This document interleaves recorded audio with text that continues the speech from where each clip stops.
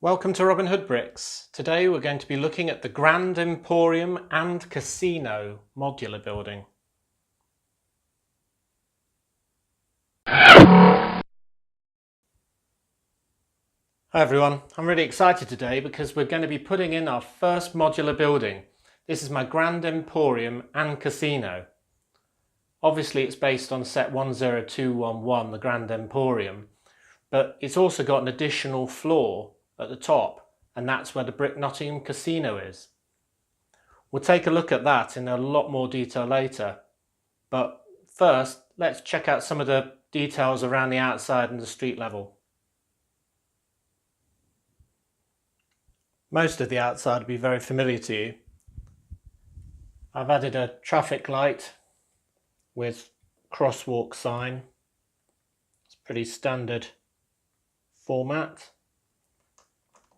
And a different mailbox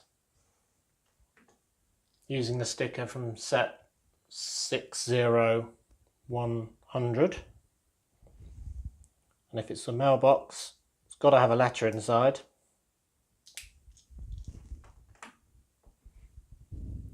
I've also removed the 1x2 Technic bricks, which are usually used to connect modular buildings together, to replace them with normal bricks, because this one won't be connecting directly with any others. And this will be an alley, and it comes complete with its own mugger with a big knife. I chose this modular to go in this position because it is one of the best looking from the front and one of the worst looking from the back. The two sides that we can't see from this angle are very plain indeed, and that's made even worse by the fact that I've added another floor, making the expanse of tan bricks on the back just like a block of solid colour. So having it in this corner position will allow us to enjoy the front at its best, but minimise our exposure to the back sides of it. Now you'll see it's not centrally placed on its base plate as it would be when you built it from the instructions, and that's because of that tram line. In order to allow sufficient space for the tram not only to go past the side of it but also round the back corner, the building needs to be moved 5 studs away from that tram line on the right in the frame. Now that's fine because we've got plenty of room for a wide enough pavement or sidewalk, and it just means that we've got an extra wide one to have some really interesting street scenes on the right. Now in order to break up that expanse of tan brick even more, I've added a large advertising board to the back, and this can be seen by Leicester there on our tram stop. Now you might think this is a funny position to put an advertising board, especially one that's new and a nice shiny 8x16 tile from the set 21315, the pop-up book.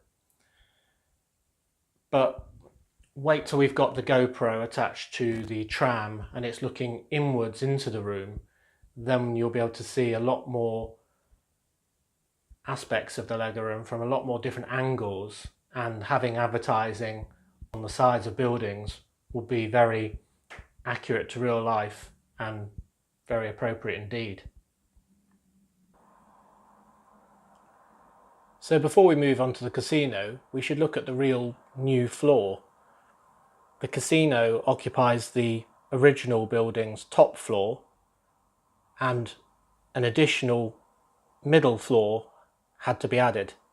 So this was done in exactly the same way as the existing middle floor, but with the original shop contents of the toy department retained and another escalator included.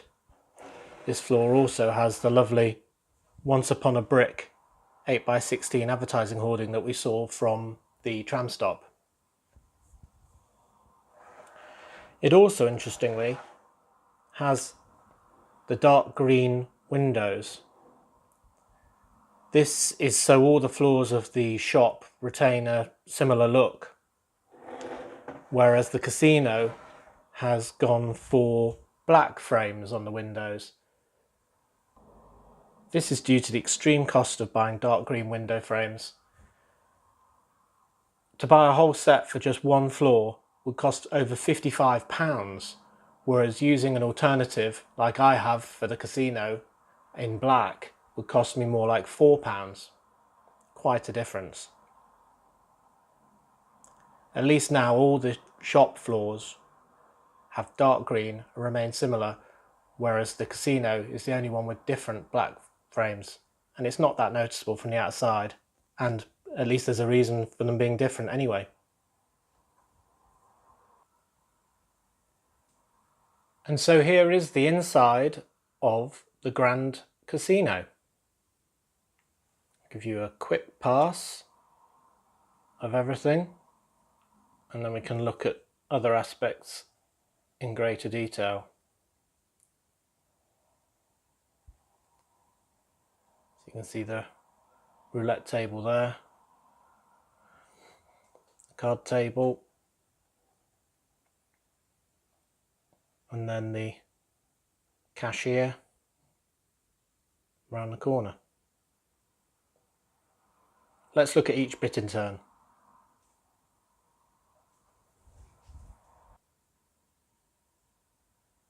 So we start off with the chandelier.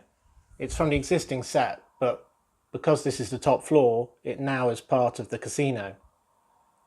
And we can also see the Yuppie from Series 17 minifigure series leaving the casino. It's hard to tell whether he's won or lost.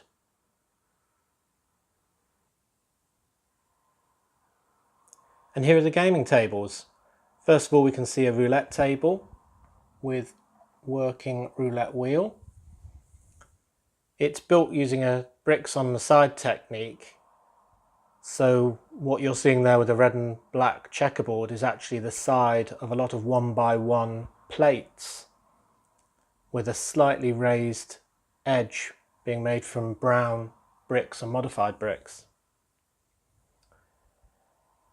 You can see that everyone's got their own stack of chips, and I'm using Lego employees because this is the Lego casino as the croupiers. So we've got a normal chap here in his Hawaiian shirt, got a very happy man with a cocktail and his wife, and then here, most important of all,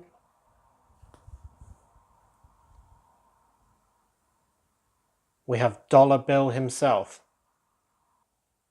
I've always liked Dollar Bill. He's from set 8968 River Heist. He's part of the Agents line.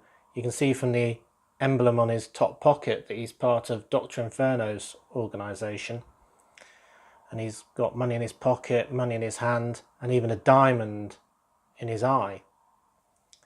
Now I always think of him as being much like Le Chiffre in 007's Casino Royale,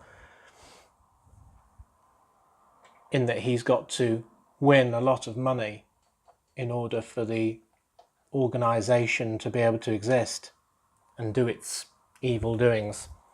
He's also got a fantastic dollar sign on his back and green hair, so he's a bit like the Joker from Batman. But he's got the biggest stack of all, of course.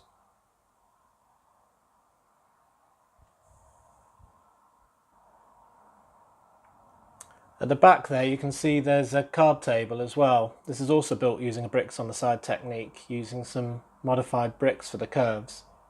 You can see that he's got a card shoe on our left, and on our right a panel piece, corner panel piece, in order to put the used cards there. He's obviously just dealing while no one's playing his game, and he's got a full house, which is actually a printed tile from a few of the Western sets.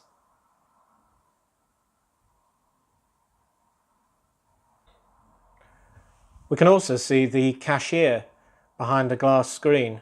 It's not entirely accurate in that basically there's only a banister stopping somebody leaping over there and taking the large stacks of money, but I like to think everyone is being honest. So there's a little way to pass your chips underneath and get your money and your winnings in return, And behind him he's got stacks of different chips, stacks of money, and the all-important safe. And here's another view of dollar bill in action.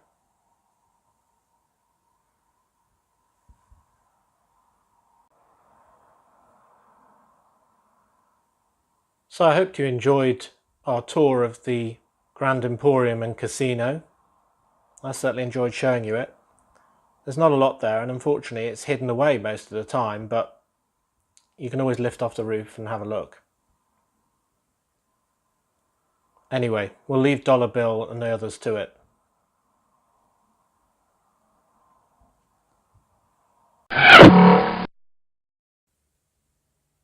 Well, thanks for watching. As ever, please remember to comment, like and subscribe for more awesome LEGO videos. Next time on Robin Hood Bricks, we'll be focusing on how to utilise the very corner of the room as productively as possible with a railway station. See you then!